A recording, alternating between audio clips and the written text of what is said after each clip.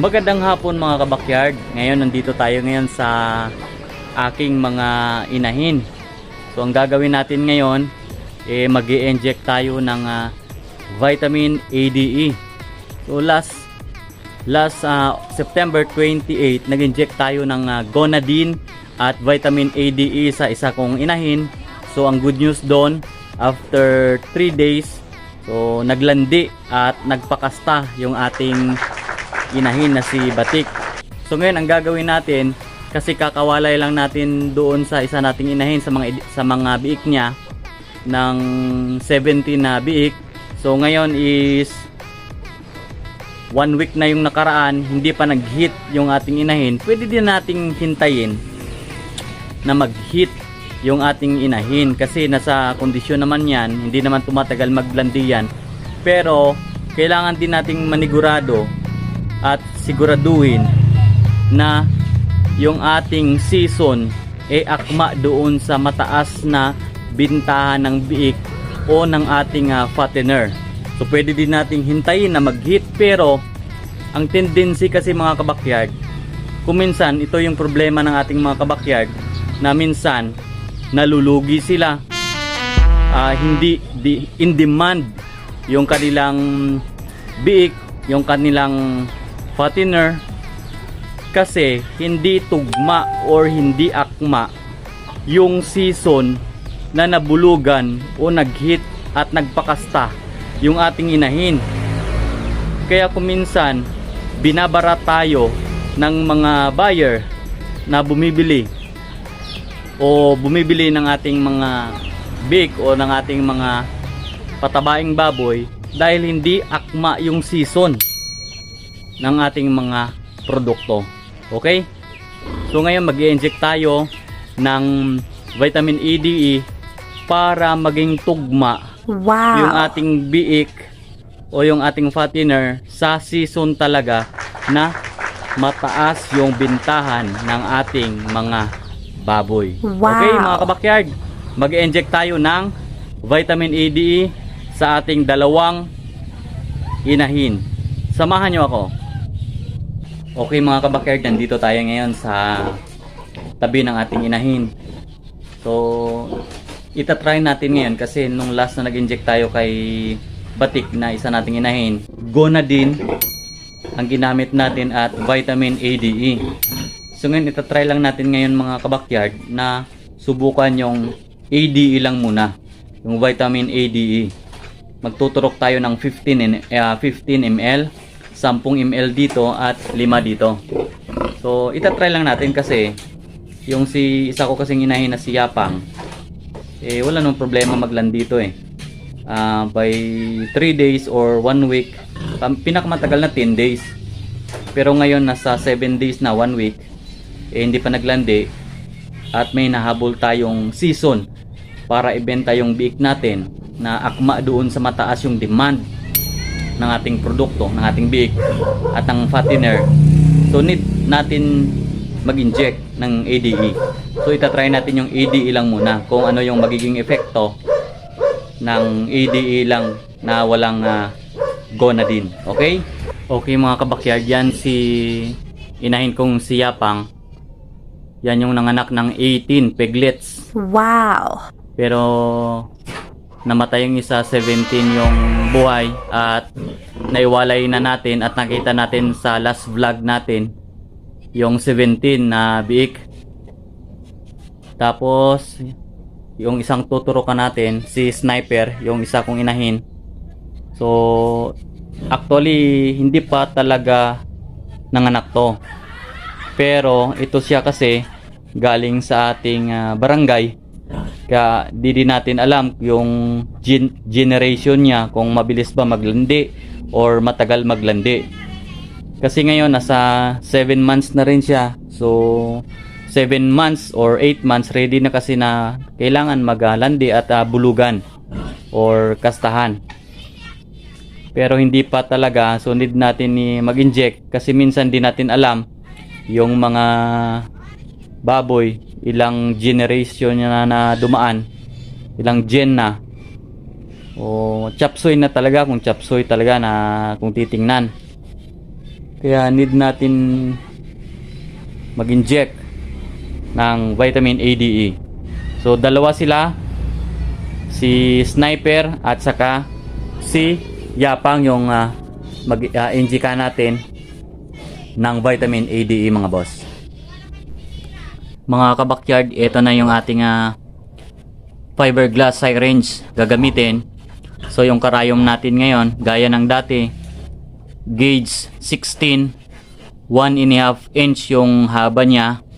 At ito na rin yung ating vitamin ADE, bali 15 ml yung i-inject natin sa ating inahin na si Yapang at doon kay Sniper. Okay, need natin gumamit ng fiberglass para ma-release natin yung gamot ng mabilis mga boss.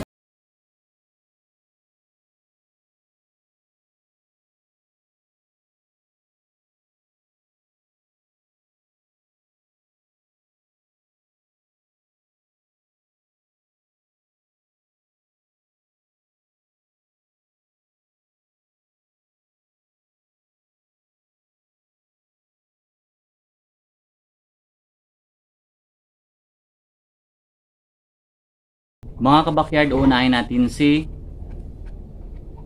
Yapang. Bali mag-inject tayo ng 10 ml at saka 5 ml, a total of 15 ml na vitamin ADE. Okay, mag-inject na tayo.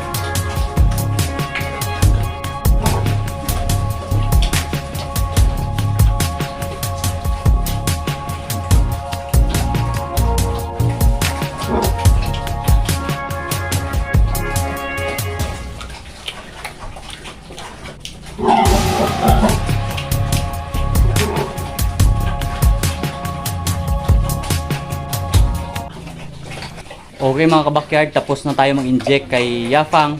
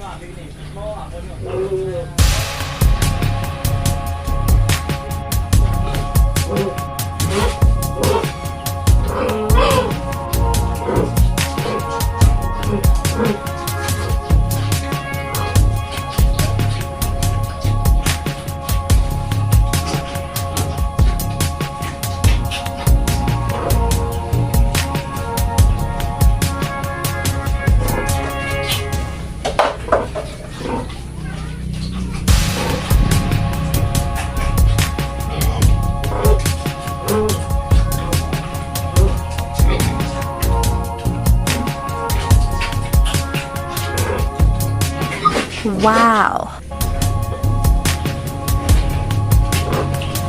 Okay mga kabakyard, tapos na tayo mag-inject sa dalawa nating inahin, si Yapang at saka si Sniper. So doon kay Yapang wala tayong naging problema dahil mabait naman talaga yun.